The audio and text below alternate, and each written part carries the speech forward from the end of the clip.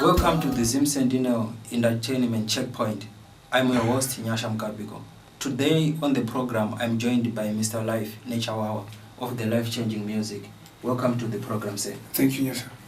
Today on the program, we are going to be talking about the new, recently launched video, Makomborero Hobo.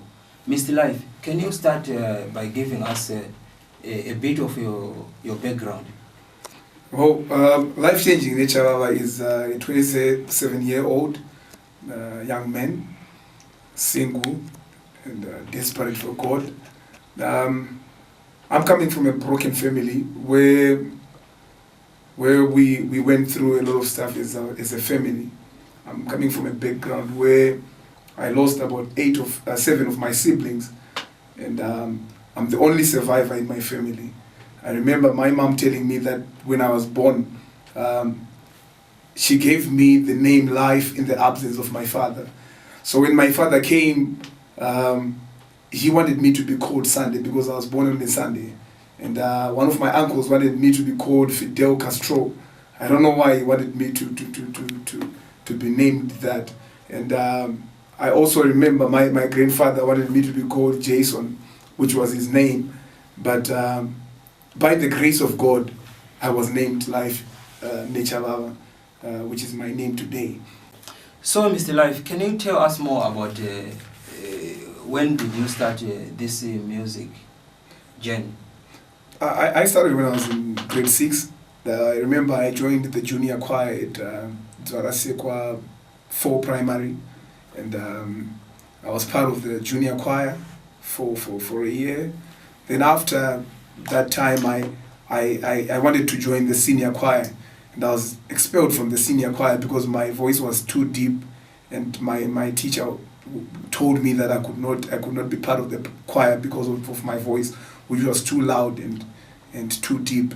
Then later, I went to high school, then gave my life to Christ in 2001.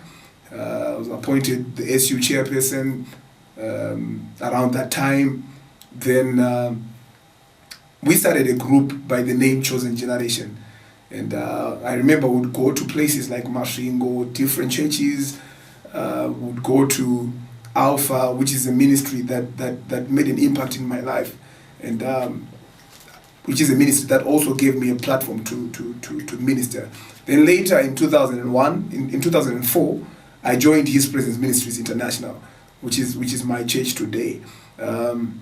I was given a platform by my church to minister. I remember ministering at one conference where Pastor Yemis Ashmolo was also ministering, where Bishop Tudo Bismarck was also ministering. Then I remember one of the Zimpraise founders, Karika Indanga, coming to me after my performance on stage, and he wanted me to join Zimpraise, and I then later joined Zimpraise. So in a nutshell, this is how I started. This is where I'm coming from. Then I worked with Zimpraise for about 5 years. After those 5 years, I then started working on my solo project and recorded my first album last year, 2018, and I launched it on the 23rd of June last year, which was my first project. Then this year, I worked on a single entitled Makomborero, where I featured Primrose Njewa and the Conway School, which is the video that you have been watching. So, Mr. Nechavava, is Makomborero Hobo the first video project that you have worked on, or you have another video project that you have worked before? No, it's my second project.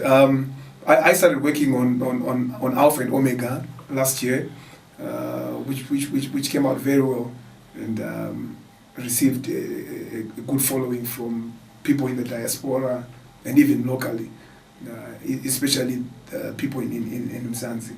Yeah, so this is my Komborero Hobo is my second project. It's my second video. Mr. Nechavava, what are the challenges that you are encountering as an artist in the music industry? Well, there are so many challenges. The usual stuff. Number one, there is piracy, which is our number one enemy. Number two, we have we need more platforms, especially as gospel musicians. We need more airplay. Yeah, I think we should be given more airplay on radio and the TV stations. Okay. So, which are other musicians that you have worked on the international scene and the local scene? I shared stage with Pastor Date Ricardo when he first came to Zimbabwe, because he was hosted by my church. I also shared stage with Kirk Franklin under Zim Praise, Pastor Donnie McLaughlin, and I was still part of the court worship choir. And locally, I've worked with Tembalami, Sebastian Magacha, Wellington Kwenda. We did the TD project, which was a lobby against Satanism in the music industry. And I've also collaborated with Take Sure of the Worship Addicts. Yeah. So in a nutshell, those are the people that I've collaborated with. So, Mr. Nechavava, can you tell us what are the positive impacts of having collaborations with other gurus in the music industry? Because I have heard you saying you've worked with the likes of Tech Shua and also Primrose Angel.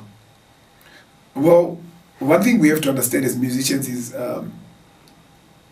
we have our own different strengths, and when you are good with vernacular songs, and the other musician is good with English songs, collaborate and produce the best of products that you can produce. That's what I think. Okay. Yeah.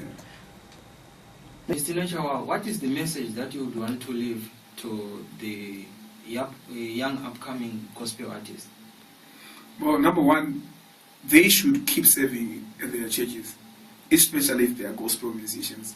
Because if you stop serving in your church, you will dry up. Number two, they should work hard. If you don't work hard, then you will not get anything. Those two are very important. And if they don't have the money to record a whole what, they should keep doing those two things. God will provide for them. Mr. Nechavava, it was a pleasure having you on this program. Thank you for coming.